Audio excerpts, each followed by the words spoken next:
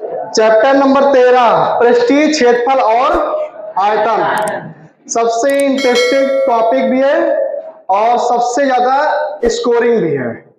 सबसे ज्यादा क्वेश्चन इसी चैप्टर से पूछे जाते हैं। बोर्ड एग्जाम में क्लास 10th में सबसे ज्यादा क्वेश्चन अगर पूछे जाएंगे तो इसी चैप्टर से ही पूछे जाएंगे। ठीक है ना। इसकी कैलकुलेशन थोड़ी हार्ड होती है, बाकी ये बहुत सिंपल चैप्टर है। अब ये समझे, ये कह रहा पृष्ठीय क्षेत्रफल और आयतन। कुछ ठोस आकृतियां होंगी, कुछ ठोस आकृतियां आपके सामने देगा और उन ठोस आकृतियों का आयतन निकालना होगा या फिर उनका पृष्ठीय क्षेत्रफल पूछेगा, कभी वक्र पृष्ठीय क्षेत्रफल पूछेगा। ठीक ना। तो समझते हैं इनको। सबसे पहले हम बात करते हैं जो ठोस आकृति है, घन की बात करते हैं। ठीक है, घन। तो पहले समझे घन कैसा होता है।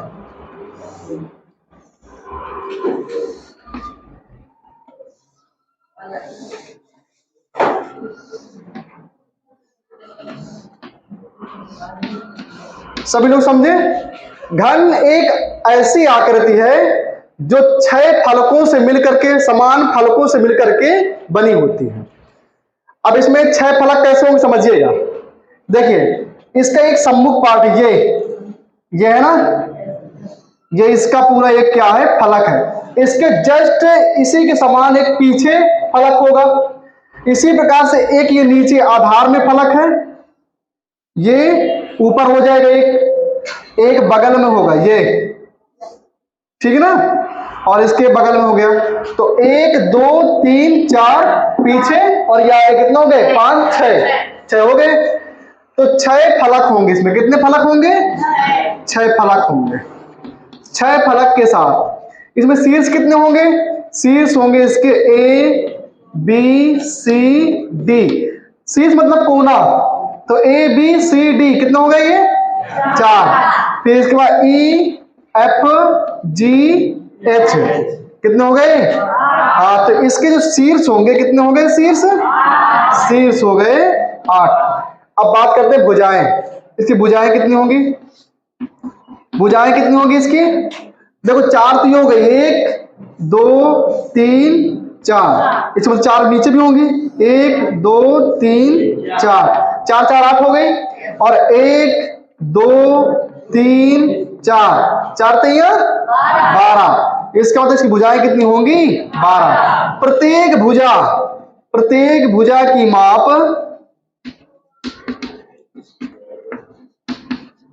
समान होती है। किसमें, घन में। एक घन में घन की प्रत्येक भुजा समान होती है। अब यहां समझिएगा, मान लिया गया कि जो ये घन दिया गया है, इस घन की प्रत्येक भुजा, घन की माना घन की प्रत्येक भुजा की माप क्या मान लिया गया, A है। तो इसकी प्रत्येक भुजा की माप क्या हो गई, A। समझ में आ रहा ना, ये प्रत्येक भुजा की माप A हो गई। अब आगे समझते हैं। तो इसमें कितने फलक हैं, 6 फलक है ना।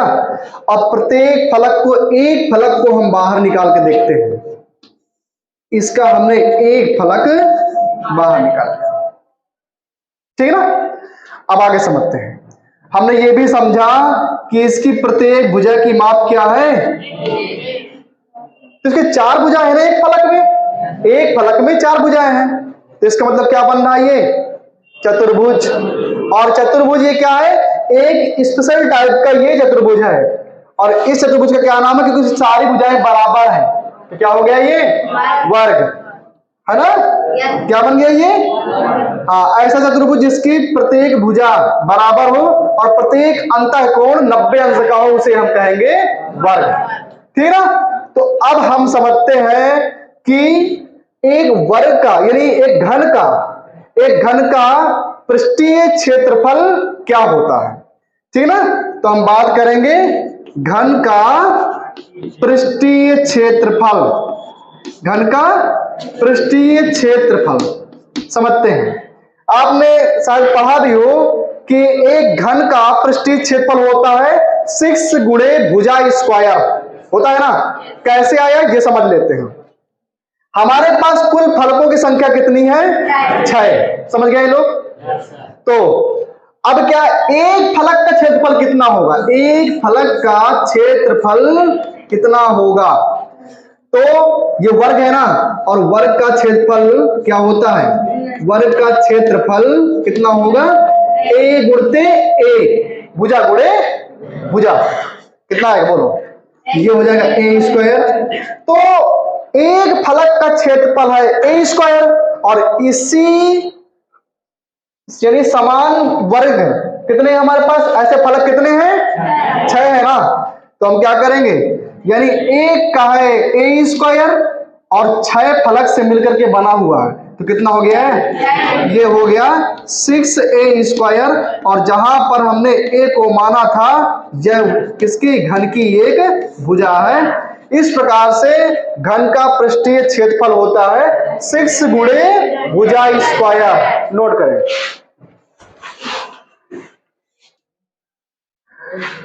तो घन का पृष्ठीय क्षेत्रफल 6 गुणे भुजा स्क्वायर। क्वेश्चन में 2 प्रकार से आता है। एक तो बोलेगा केवल पृष्ठीय क्षेत्रफल, घन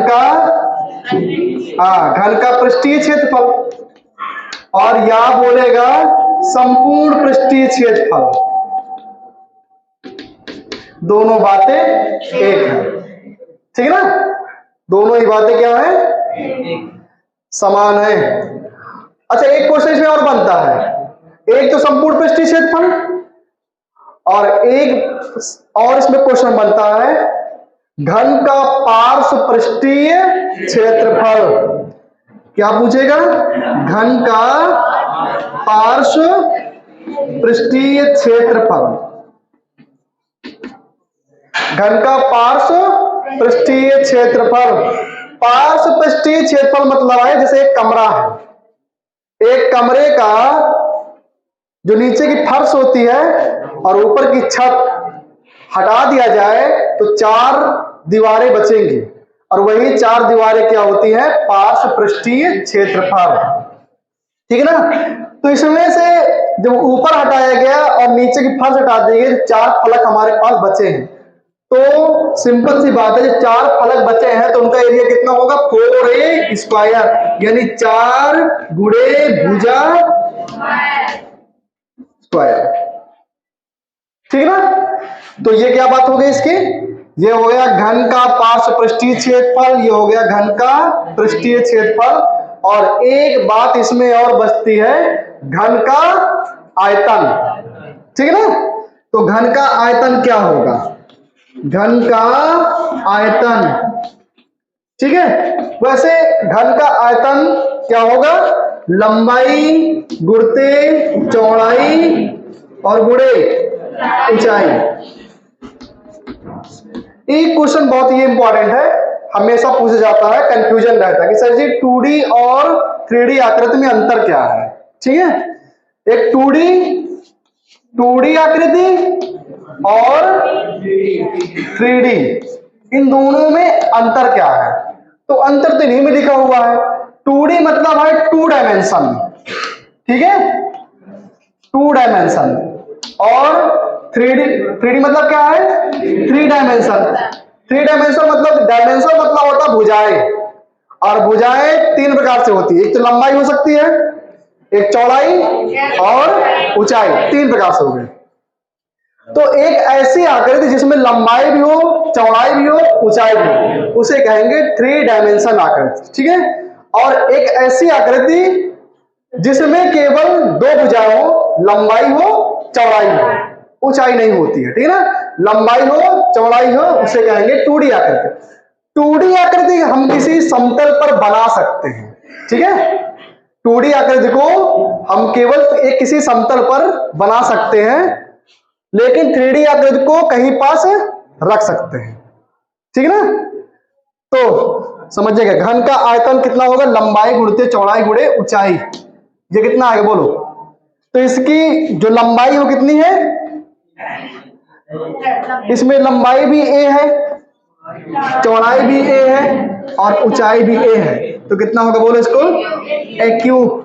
यानी ए क्यूब, हमने ए को माना था भुजा, तो ये क्या हो गया, भुजा क्यूब। यानी कि किसी भी घन का जो आयतन होता है तो क्या होगा, भुजा क्यूब। नोट करें। अब हम आगे समझेंगे घनाभ, ठीक है। तो घन, पहले हमने बात किया घन की, अब बात करेंगे किसकी, घनाभ की। तो पहले इसकी आकृति देख लीजिए।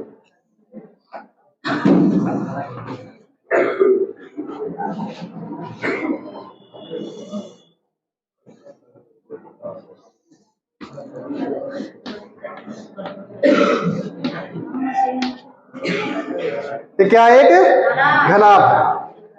और इसमें क्या है ना, जैसे घन में हमने बताया कि घन की सभी भुजाएं बराबर होती हैं, तो इसमें घनाभ की सारी भुजाएं बराबर नहीं होती। हाँ, ये बात अलग है कि हर घन एक घनाभ है, ठीक ना।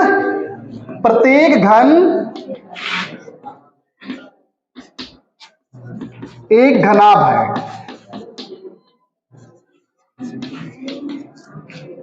किंतु ठीक ना, प्रत्येक घनाभ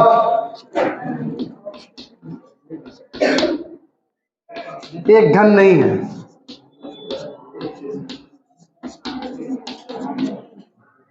हर घन एक घनाभ हो सकता है, पर हर घनाभ घन नहीं हो सकता, ठीक है। बाकी जितनी हमने प्रॉपर्टीज पढ़ी थी ना घन के बारे में, वो सारी की सारी प्रॉपर्टीज इसके लिए भी सत्य है, लेकिन इसके फलक बराबर नहीं होंगे। जब भुजाएं बराबर नहीं होंगी तो फलक सवाल ही नहीं उठता कि बराबर हो जाए। शीर्ष कितने होंगे इसके, 8 शीर्ष होंगे। भुजाएं कितनी होंगी इसमें, 12। और फलक कितने होंगे, देखिए इसमें की रिलेटिविटी है फलकों के बीच में। जैसे उसमें ये रिलेशनशिप थी कि प्रत्येक फलक आपस में बराबर होंगे, इसमें भी क्या कह रहा है, एक घनाभ में सम्मुख फलक बराबर होते हैं। जैसे ये ऊपर एक फलक दिया गया है ना, तो यह नीचे वाले फलक के बराबर होगा, ठीक है ना। इसी प्रकार से इसमें कितने फलक हैं, 6 है ना। और 6 फलक में दो फलकों के पेयर बनेंगे। तो हम सबसे पहले क्या बात करेंगे, इसमें हम बात करते हैं, इसको नाम देते हैं, ये घनाभ की हो गई लंबाई। और जब पीछे तरफ गई है ना ये ऐसे, इसको हम नाम देंगे चौड़ाई। तो इसको हम नाम क्या देंगे, हाँ बी इसलिए बोलेंगे क्योंकि इसे वृत्त कहते हैं, चौड़ाई बी, ठीक है ना। तो ये लेंथ हो गई, विड्थ हो गई, और इसके बाद ये जो है इसको हम क्या नाम देंगे, इसको नाम देंगे एच, हाइट, ये ऊंचाई हो गई। तो ये घनाभ की जो घनाभ है, इस घनाभ में लंबाई हमने कितना लिया, एल, चौड़ाई कितना लिया, बी, और ऊंचाई कितना लिया, ऊंचाई इसकी आ गई एच, ठीक है ना। हमें फाइंड करना है घनाभ का, हाँ घनाभ का संपूर्ण पृष्ठीय क्षेत्रफल, संपूर्ण पृष्ठीय क्षेत्रफल, ठीक है। घनाभ का संपूर्ण पृष्ठीय क्षेत्रफल। अब देखिए, जो घनाभ के जो फलक होते हैं वह आयत होते हैं, ठीक है ना। जो घनाभ के जो प्रत्येक फलक होगा वो आयत रूपी होगा। इसी प्रकार से घन की जब बात किए थे तो उसका प्रत्येक फलक वर्ग रूपी था, यहां पर क्या है, हाँ इसमें अगर बाय द वे यहां पर चौड़ाई और ऊंचाई दोनों समान हो जाए तो वर्ग बन गया, लेकिन मैं बात बोल गया कि आयत बनेंगे, पर प्रत्येक वर्ग एक आयत भी है, प्रत्येक वर्ग एक आयत है, लेकिन हर आयत एक वर्ग नहीं है। ठीक है ना, तो समझिएगा। तो हमें क्या करना है, पहले मैं नीचे फलक का, ये नीचे वाले फलक का क्षेत्रफल ज्ञात करूं। तो ये क्या है, जो नीचे वाला फलक ये क्या है, एक आयत है, और आपको पता है कि आयत का क्षेत्रफल होता है, आयत का क्षेत्रफल होता है लंबाई गुणते चौड़ाई। ठीक ना, कुल मिलाकर के उसमें जो दो भुजाएं दी गई हैं उनका गुणन, सम्मुख भुजाओं का नहीं, जो आसन्न भुजाएं हैं उनका गुणा कर दे तो क्या आएगा, क्षेत्रफल आ जाएगा। तो आयत का क्षेत्रफल लंबाई गुणे चौड़ाई, तो हम नीचे वाले क्षेत्रफल ज्ञात करें तो कितना आएगा, ये एल है और ये इसकी चौड़ाई बी है, तो क्या बोलेंगे इसको, एल गुणते बी। ठीक है ना, प्लस कर देंगे। लेकिन एक बात और ध्यान रखें, जितना क्षेत्रफल नीचे वाले का है, क्या इसके ऊपर का भी होगा उतना ही, इसके सम्मुख फलक का। तो हम क्या करें, एक का क्षेत्रफल निकालें और दो से गुणा करवा दें। ठीक है ना, एक का क्षेत्रफल निकाल के दो से गुणा करवा दें, प्लस अब इसका हमने क्षेत्रफल निकाल लिया। अब ये बगल वाले देखते हैं, देखो बगल वाले इसमें कौन कौन सी भुजाएं दी गई है, बी और एच। क्या दी गया, बी और एच। तो ये कितना हो जाएगा, इसमें भी दो गुणते बी इंटू एच। ठीक है ना, प्लस अब एक ये बचा आया था, ये देखो ये सम्मुख जो है, इसमें क्या क्या है, एल और एच है, तो लिखेंगे इसमें कितना, दो गुणे एल एच, ये ऐसे हो गया। ठीक है ना, इसको सिंपल कर लें, ये कितना हो जाएगा, 2LB plus 2BH plus 2LH।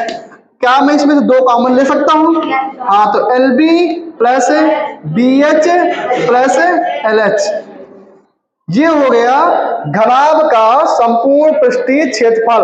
सवाल उठता है कि घनाभ का पार्श्व पृष्ठीय क्षेत्रफल क्या होगा। ठीक है ना, तो लिखेंगे इसमें घनाभ का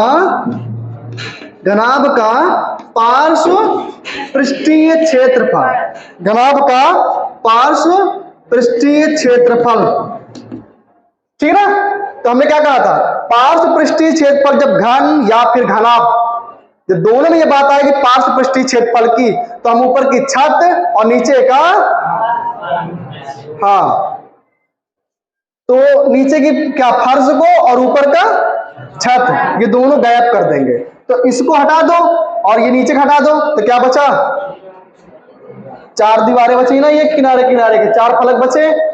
आप समझिएगा, तो इसका मतलब कि हटा कौन, एल और बी, तो दो हटे ना, दोनों समान थे, तो एल और इंटू में ये देखो ये जो है कितना, एल इंटू बी, तो एल इंटू बी को, 2L इंटू बी को हटा दो तो कौन बचेगा, तो ये बचेगा कितना, दो कॉमन, और ये कितना आएगा, D H plus L H. ये हो गया घनाभ का पार्श्व पृष्ठीय क्षेत्रफल। ठीक है ना, सबको समझ में आया। आगे हम बात करते हैं घनाभ का आयतन। क्या बात करेंगे, घनाभ का आयतन। ठीक है, तो घनाभ का आयतन क्या होगा, तो चाहे घन हो चाहे घनाभ हो, उनके लिए फार्मूला क्या है, आयतन का लंबाई गुणते चौड़ाई गुणे ऊंचाई। तो इसमें क्या लिखेंगे, लंबाई गुणते चौड़ाई गुणे ऊंचाई। ठीक है ना, तो लंबाई कितनी हमने माना था इसमें, एल, और इसके बाद बी और एच, इन शॉर्ट में इसको करते हैं LBH। ठीक है, समझ में आया। एक बात और समझे जो सबसे मोस्ट इंपॉर्टेंट है, हम बताना भूल गए आपको, कि जो घन का क्षेत्रफल होगा, किसी भी आकृति का क्षेत्रफल, जो क्षेत्रफल की जो यूनिट आती है, परिमाण के साथ यूनिट लिखते हैं ना, तो वो क्या होगी, वर्ग इकाई। अब आप कहोगे सर ये क्या है, वर्ग इकाई, क्योंकि दूरी तो मीटर सेंटीमीटर है कि नहीं, किलोमीटर में हो सकती है, तो क्षेत्रफल निकालने के बाद हम लिखेंगे उसको चाहे सेंटीमीटर, और सेंटीमीटर में दिया गया था, हमारी डायमेंशन सेंटीमीटर में थी, तो सेंटीमीटर स्क्वायर लिखेंगे, मीटर स्क्वायर मीटर था तो मीटर स्क्वायर लिखेंगे। ठीक है ना, कुल मिलाकर के इस प्रकार centimetre square, metre square, kilometre square, hectometre square. ठीक है, ऐसे ये क्षेत्रफल की क्या हो गई, इकाई हो गई। इसके बाद तो फिर आयतन का क्या होगा, अब आयतन में हमेशा ध्यान रखिएगा, जैसे ये वर्ग है वहां पर घन इकाई चलता है, ठीक है ना, घन इकाई। जैसे सेंटीमीटर डायमेंशन थी तो सेंटीमीटर क्यूब, ठीक है ना, मीटर में था तो मीटर क्यूब, तो ये क्यूब आयतन जो होता है वो किस में आएगा, क्यूब में, यानी घन इकाई के रूप में, और ये वर्ग इकाई। तो सबको समझ में आया ये? नोट करें। तो ये घनाभ समझ में आ गया। अब हम बात करते हैं गोले की।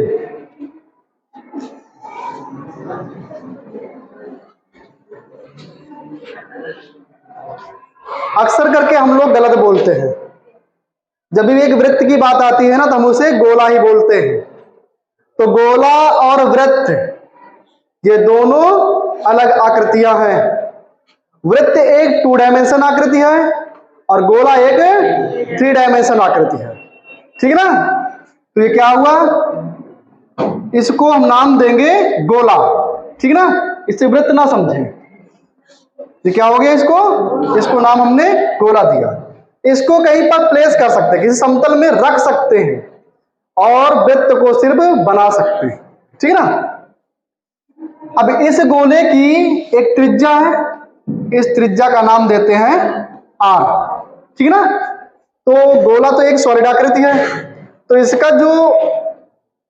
इसका भी कोई एक मूल बिंदु होगा और उस मूल बिंदु से इसके जो बाहरी सतह है यहां तक की दूरी क्या कहेंगे, उस वृत्त की त्रिज्या, ठीक है ना। तो इस वृत्त की ये त्रिज्या हो गई और इसका नाम दिया गया हमने आर, ठीक है ना।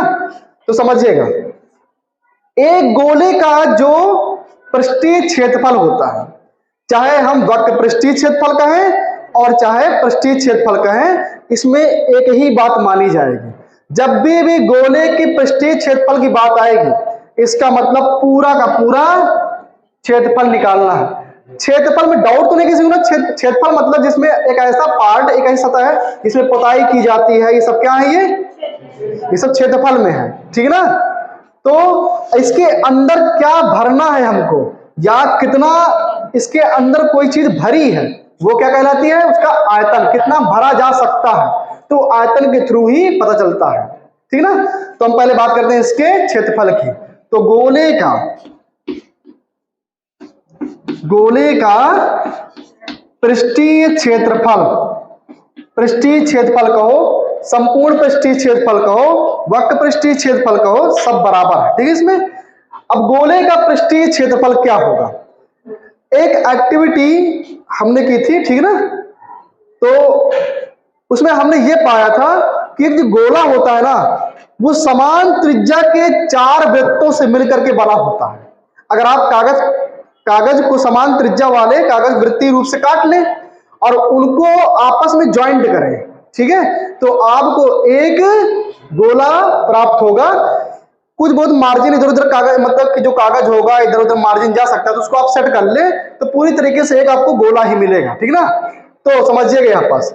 वैसे एक वृत्त का क्षेत्रफल क्या होता है, पाई आर स्क्वायर। बस आप ध्यान रखें कि जो गोला होता है वो समान त्रिज्याओं वाले 4 वृत्तों से मिलकर बना होता है, ठीक ना। और एक वृत्त का क्षेत्रफल होता है पाई आर स्क्वायर, तो 4 कितना होगा, 4 पाई आर स्क्वायर।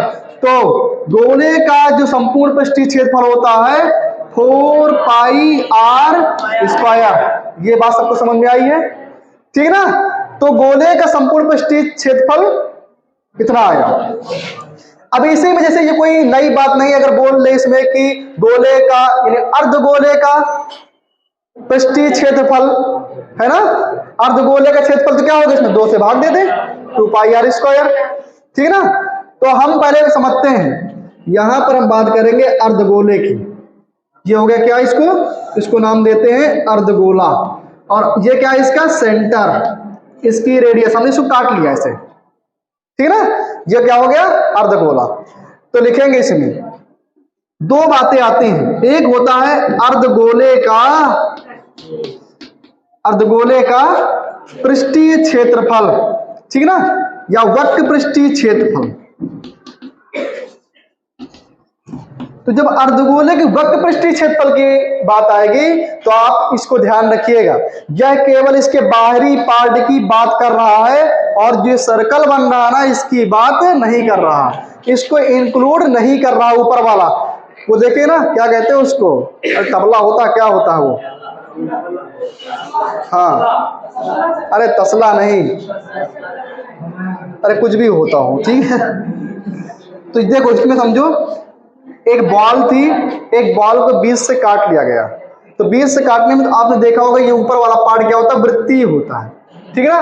तो जब गोले का अर्धगोले का वक्र पृष्ठीय क्षेत्रफल पूछेगा तो आपको इसको केवल बाहरी पार्ट निकालना है, ठीक है ना, बाहरी पार्ट का क्षेत्रफल, इसमें वृत्त को ऐड नहीं करना, वृत्त के जो ऊपरी वाला पार्ट ना वृत्त का क्षेत्रफल ऐड नहीं करना है। तो क्या होगा इसमें बोलो, तो सिंपल सी बात है, जब इसको काटा तो इसका नीचे वाला पार्ट आया तो इसी तो आधा होगा, तो क्या होगा ये 4 पाई आर का हो गया क्या आधा, तो 2 पाई आर स्क्वायर। ध्यान रखें वक्र पृष्ठीय क्षेत्रफल, किसी भी गोले का वक्र पृष्ठीय क्षेत्रफल ये होता है। अब बात करते हैं अर्धगोले का संपूर्ण पृष्ठीय क्षेत्रफल, अर्धगोले का संपूर्ण पृष्ठीय क्षेत्रफल, संपूर्ण पृष्ठीय क्षेत्रफल। तो समझे बेटा, अर्धगोले का संपूर्ण पृष्ठीय क्षेत्रफल होता है। अब इसमें वक्र पृष्ठीय क्षेत्रफल में प्लस कर दो ये जो ऊपर वाला वृत्त था, इसके अब क्षेत्रफल क्या करो इसमें ऐड कर दो, तो क्या हो जाएगा बोलो, तो इसमें करेंगे ये वक्र पृष्ठीय क्षेत्रफल, ठीक है ना, वक्र पृष्ठीय क्षेत्रफल प्लस क्या होगा जो ऊपर का जो वृत्त है, तो वृत्त तो इसकी रेडियस तो बराबर होगी ना, इसी तो ये रेडियस है ना देखो गोले की, तो क्या हो जाएगा इसको लिखेंगे प्लस क्या होगा ये पाई आर स्क्वायर।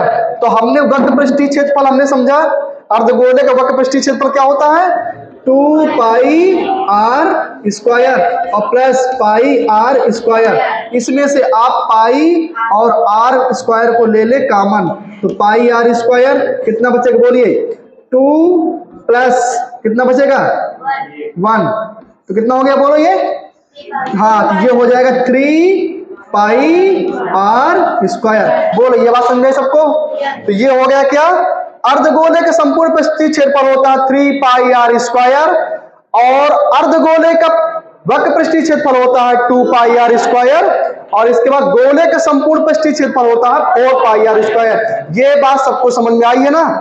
अब हम बात करते हैं आयतन के, गोले के आयतन की बात करते हैं, ठीक है ना। हम बात करेंगे गोले का आयतन, तो गोले का जो आयतन होता है कितना होगा 4/3, ठीक है ना, 4/3 pi r cube, pi r cube, ठीक है ना।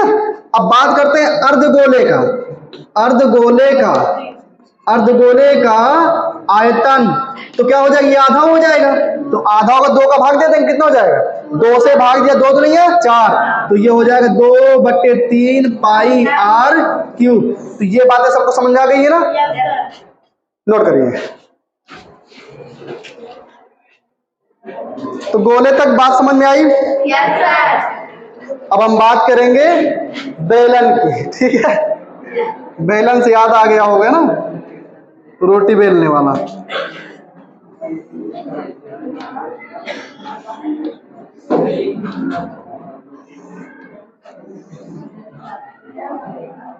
ठीक है ना, ये वो वाला बेलन नहीं है रोटी बेलने वाला। तो समझिएगा एक बेलन हम उसी आकृति को कह सकते हैं जो इनके दोनों तरफ मुंह दिए गए ना, ये और ये इधर का मुंह है ना, इन दोनों की जो रेडियस है ना समान होनी चाहिए, ठीक है। तो और इसके बाद जो इसकी जो हाइट होगी वो क्या होगी लंबवत होगी। लंबवत मतलब कि जो ये बेलन की जो दोनों ये हाइटें हैं ये एक दूसरे के समांतर है, ठीक है। और इसकी रेडियस, अगर इसकी रेडियस ऊपर r है तो इसको भी r होना पड़ेगा, तभी यह एक बेलन बनेगा, ठीक है ना, नहीं तो फिर रोटी बेलने वाला बन जाएगा। तो इसकी हाइट मान लेगा कितना है, h, और इस हाइट को हम नाम देते हैं लंबवत ऊंचाई। क्या नाम देंगे इसको, लंबवत ऊंचाई का नाम देने के पीछे एक रीजन है, क्योंकि ये जहां पर सेंटर में टकराता है, ये जो ऊंचाई, वहां पर 90 अंश का कोण बनाता है। तो इसमें दो ढक्कन लगे हैं, एक ऊपर वृत्तीय है और नीचे वृत्तीय है, और दोनों वृत्त ऊपर नीचे के समान है। तो यह है क्या, एक बेलन। क्या है ये, बेलन। समझिएगा, शोर मत मचाइए, ठीक है। बेलन मतलब सिलेंडर, ठीक है ना। अब आगे समझते हैं। सबसे पहले हम बात करते हैं बेलन के वक्र पृष्ठीय क्षेत्रफल। एक सबसे मजे की बात, ये ध्यान दें, शोर मचाइए।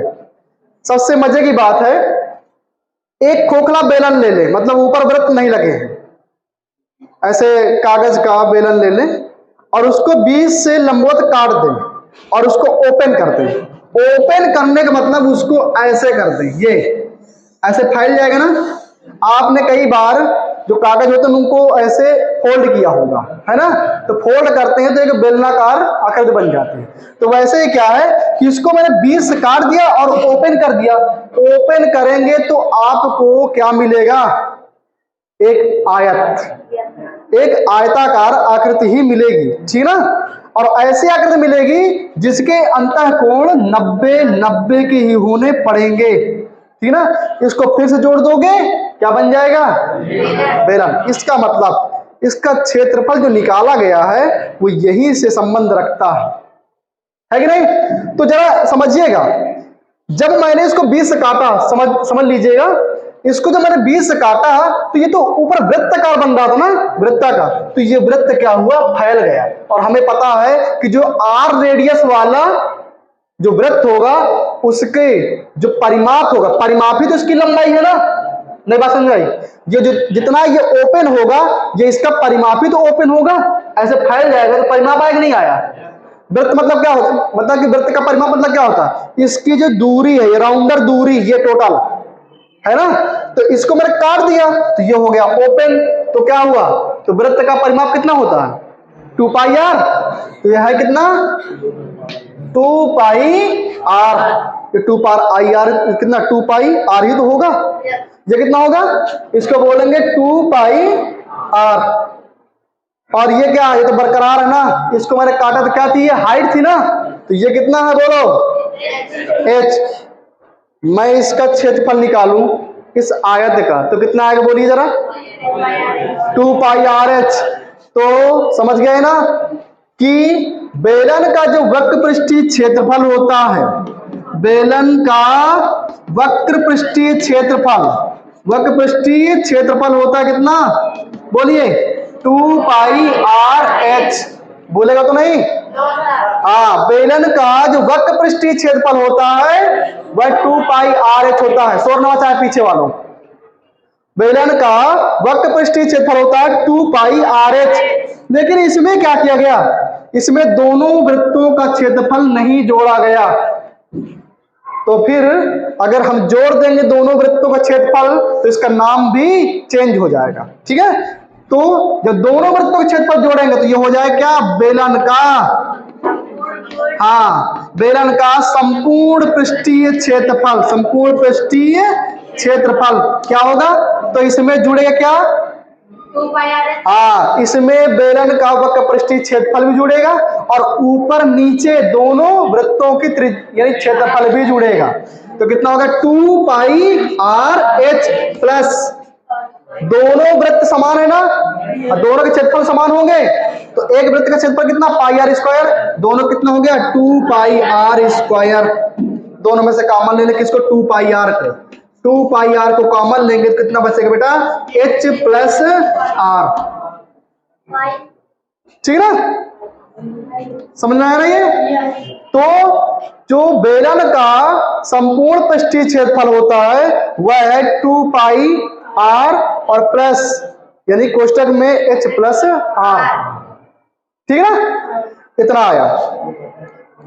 तो हमने दोनों बातें कर लिया, बेलन का वक्र पृष्ठीय क्षेत्रफल और बेलन का संपूर्ण पृष्ठीय क्षेत्रफल। हम बात करते हैं बेलन का आयतन। बेलन का आयतन क्या होगा?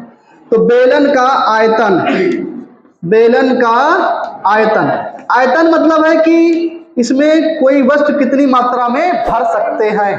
ठीक है, समझिएगा। तो बेलन का आयतन क्या होगा? सीधी सी बात है, पाई आर स्क्वायर एच। इसको हमेशा ध्यान रखें, पाई आर स्क्वायर एच। ठीक है ना, नोट कर लें।